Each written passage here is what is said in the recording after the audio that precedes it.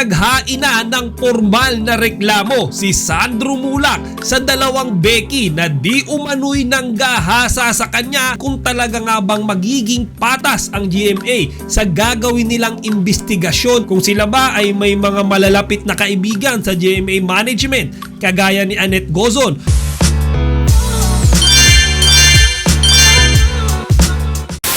Magandang araw mga kachika! Rigel po ulit ang inyong Chika Patrol. Bago tayo magsimula mga kachika, inaanyayahan ko muna kayong mag-subscribe dito sa ating gunting channel para palagi kayong updated sa mga latest at nagtitrending na mga showbiz balita. Ngayong araw lang ay naghain na ng formal na reklamo si Sandro Mulak sa dalawang beki na di umano'y nanggahasa sa kanya noong gabi ng GMA Gala 2024. Ayon nga sa statement na binitawan ng Kapuso Network ilang oras pa lamang ang nakakalipas ay nagsubmit na nga daw si Sandro ng kanyang formal complaint laban sa GMA independent contractor daw na sina Richard Cruz at Jojo Nones. Mga kachika, ito yung buong statement ng GMA.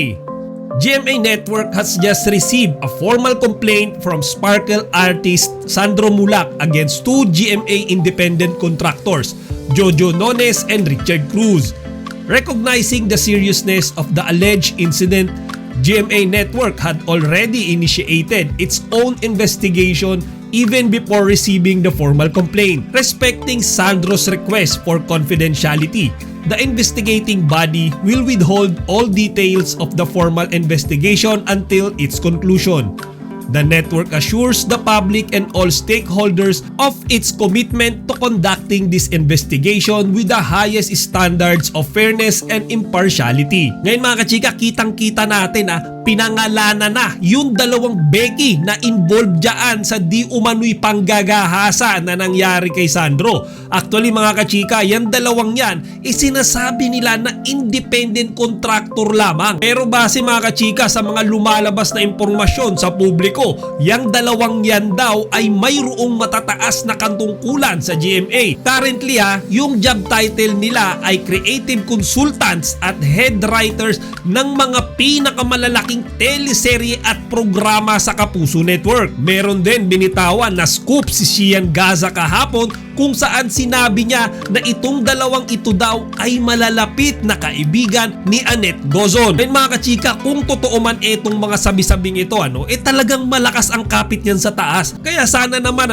tutuhanin ng GMA yung kanilang sinabi diyan na maging patas sila diyan sa kanilang gagawing investigasyon. Kasi mga kachika, simula nung pumutok tong balitang ito, pansin ko walang lumalabas na mga ganyang balita sa media. Karamihan mga vloggers lang, yung mga alam nyo yun, mga social media posts lang, yung mga nagbibigay ng kanilang opinion, komento, mga balita tungkol sa pangyayari niyan. Ngayon yung GMA tsaka yung iba't iba pang mga media na hawak nila walang inilalabas na balita. Kumbaga very minimal Wala talaga tayong masyadong nakukuwang impormasyon mula sa kanila. Ngayon kahit hindi nila sabihin o aminin, nararamdaman natin na medyo nagkakaroon ng cover up yung buong istorya sa publiko. Ngayon mga kachika, it's a good thing din na talagang palaban itong pamilya Mulak. Kumbaga kahit alam nila na posible nilang makabangga ang GMA sa laban na kakaharapin nila kina Richard Cruz at kay Jojo Nones,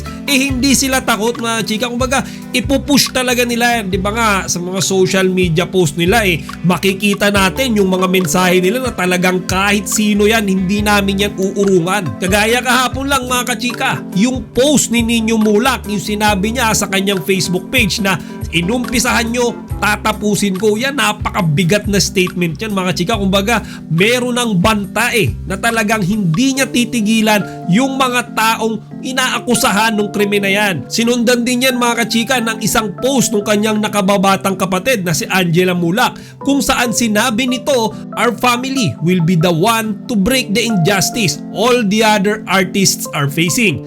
This has to stop. We will fight for justice. #Men2."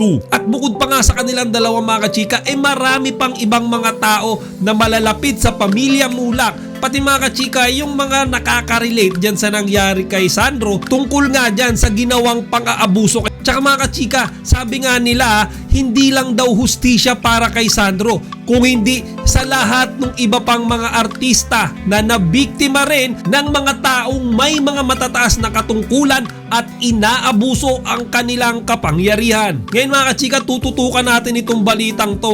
Siyempre para makita natin kung talaga nga bang magiging patas ang GMA sa gagawin nilang investigasyon sa pangyayaring ito kay Sandro Mulak. Titignan natin mga kachika kung magiging factor ba na etong dalawang ito ay may mataas na katungkulan sa GMA, kung sila ba ay may mga malalapit na kaibigan sa GMA management kagaya ni Annette Gozon, or kung sila ba ay dating parte mismo ng GMA management. Ngayon kahit ano pa sila dyan sa mga kachika, basta mapatunayan na totoo ang krimen na inaakusa sa kanila ay dapat nila itong pagbayaran. O siya mga kachika, hanggang dito na lang muna. Sana huwag niyo kalimutang ibahagi ang inyong mga opinyon dito sa comment section.